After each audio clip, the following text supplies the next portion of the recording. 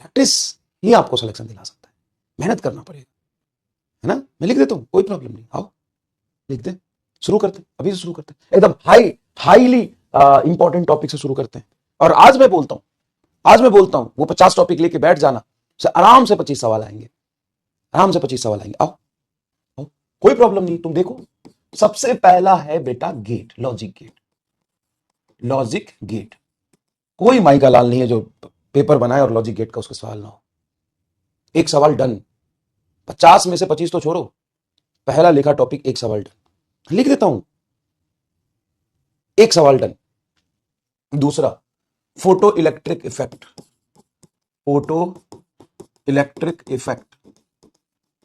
तीसरा de Broglie wavelength. चौथा de Broglie wavelength. चौथा YDSE young double slit experiment के 4 फॉर्मूले हैं, कर लो, एक सवाल डन है। ऑप्टिकल इंस्ट्रूमेंट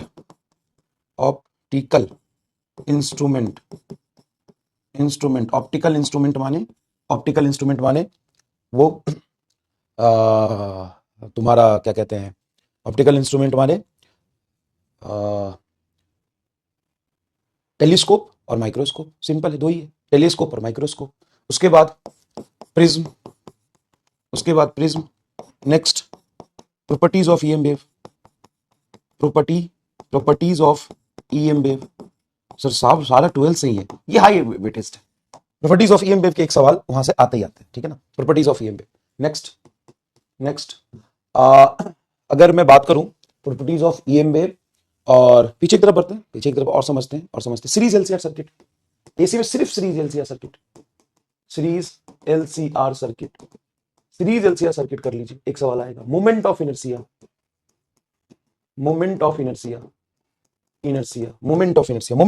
टॉर्क लिखने पर, मैं टॉपिक ही लिख रहा हूं, torque and conservation of angular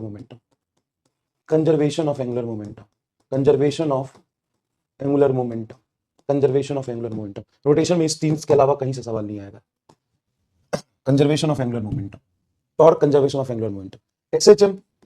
SHM में अगर जाओगे तो सिंपल पेंडुलम का टाइम पीरियड, सिंपल पेंडुलम और स्प्रिंग का टाइम पीरियड का, बस टाइम पीरियड कर लो, हो जाएगा। वेव में जाओगे, वेव में डॉपलर से सवाल आता था, लेकिन डॉपलर क्या हुआ, हटा दिया, तो डॉपलर हटा दिया तो तुम्हारे पास ऑर्गन पाइप बचा, डन है, ऑर्गन पाइप से यहां पे सवाल आएगा ही आएगा, ठीक है। तो और यूनिट एंड डायमेंशन में, डायमेंशन एनालिसिस में और इंस्ट्रूमेंट और डायमेंशन एनालिसिस में डायमेंशन लिखने वाला एरर, इससे एक सवाल या 2 सवाल तो डन ही है, कौन रोक लेगा? इससे 1 या 2 सवाल डन ही है, कौन रोक लेगा? बताओ ना, तुम खुद बताओ, कौन रोक लेगा? ठीक है, देखिए यूट्यूब पे चला जाए तो इसी तरीके से मैं आपको कितने बता दिए, 1 2 3 4 5 6 7 8 9 10 11 12 13 14 15 16 ही बताया, अभी तो 16 ही बताए, अभी तो 35 और बताऊंगा, है ना, 35 और बताऊंगा। फ्लूइड में बात करेंगे, सॉलिड में लेना हुक्स लॉ ही है ना, हुक्स चाचा का लॉ, हाँ हुक्स लॉ, डायरेक्ट सवाल हुक्स लॉ और एनर्जी डेंसिटी, यही 2 टॉपिक है, एनर्जी डेंसिटी। और ग्रेविटेशन में ऑर्बिटल और एस्केप वेलोसिटी का फॉर्मूला, और दूसरा सैटेलाइट, इससे ज्यादा कुछ नहीं, सैटेलाइट विद केपलर्स लॉ है भाई, केपलर्स लॉ सैटेलाइट पे और प्लैनेट पे तो लगता है, केपलर्स लॉ खत्म, इसमें पूरा ग्रेविटेशन खत्म, निपट गया, पूरा ग्रेविटेशन निपट गया। इलेक्ट्रिक चार्ज एंड फील्ड थोड़ा सा बड़ा सेक्शन है, लेकिन इसमें electric field lines,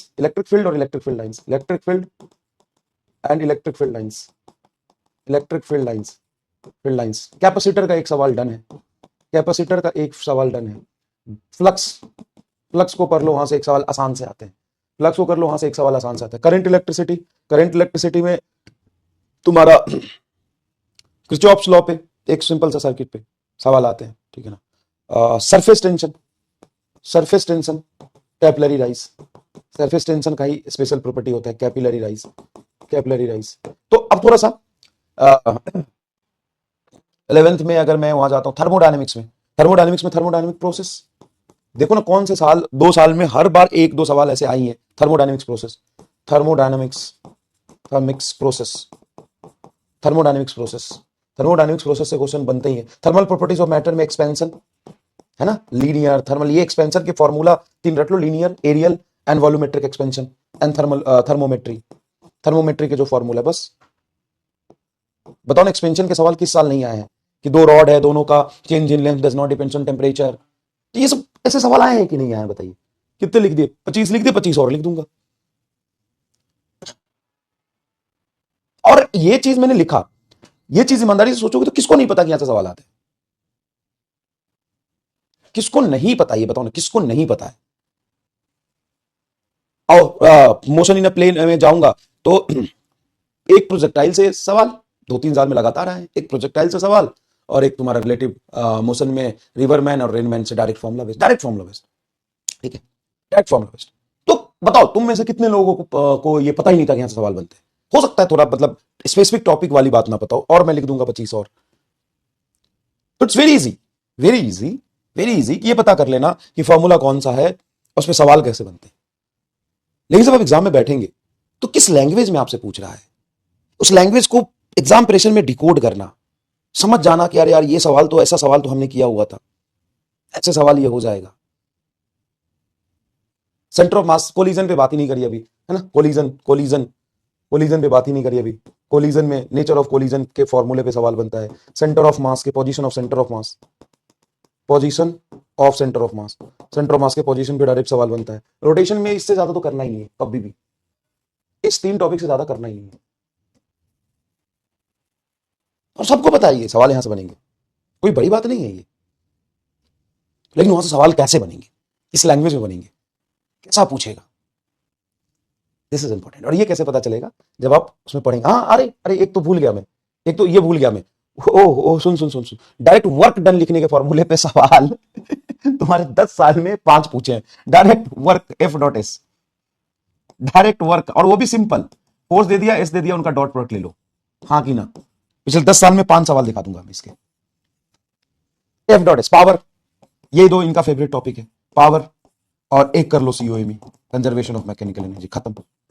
power, power और वर्क, अगर ये 2 टॉपिक मैंने ले लिया तो कोई सा साल उठा के दिखा ले जिसमें ये 2 टॉपिक में से एक से भी सवाल ना हो, कोई भी ऐसा साल उठा के देख ले। मतलब हो सकता है 10 में 1 साल तुम्हें मिल जाए, लेकिन 10 में 9 साल तुम्हें जरूर मिलेंगे जिसमें इन दोनों में से एक टॉपिक पे सवाल है ही है।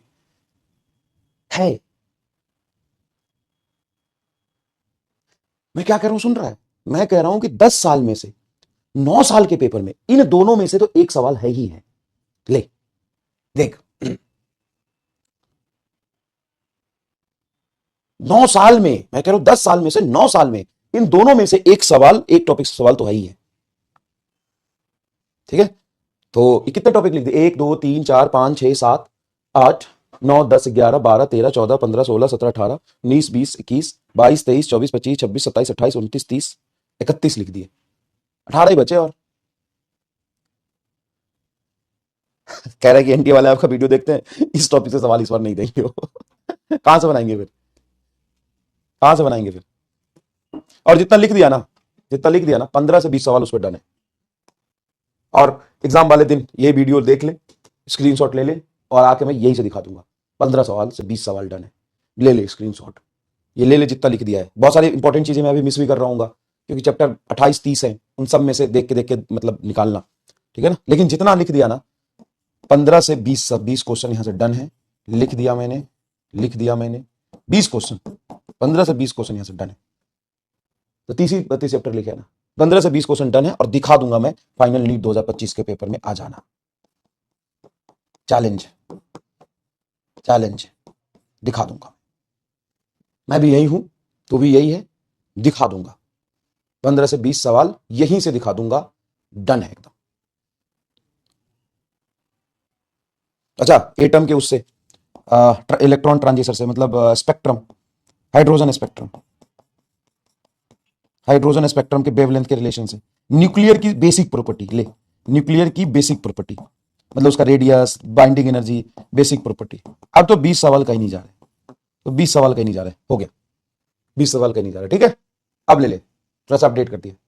अब ले ले हाइड्रोजन स्पेक्ट्रम एंड न्यूक्लियर की बेसिक प्रॉपर्टी, नीट 2025, ये वाला फोटो लेना।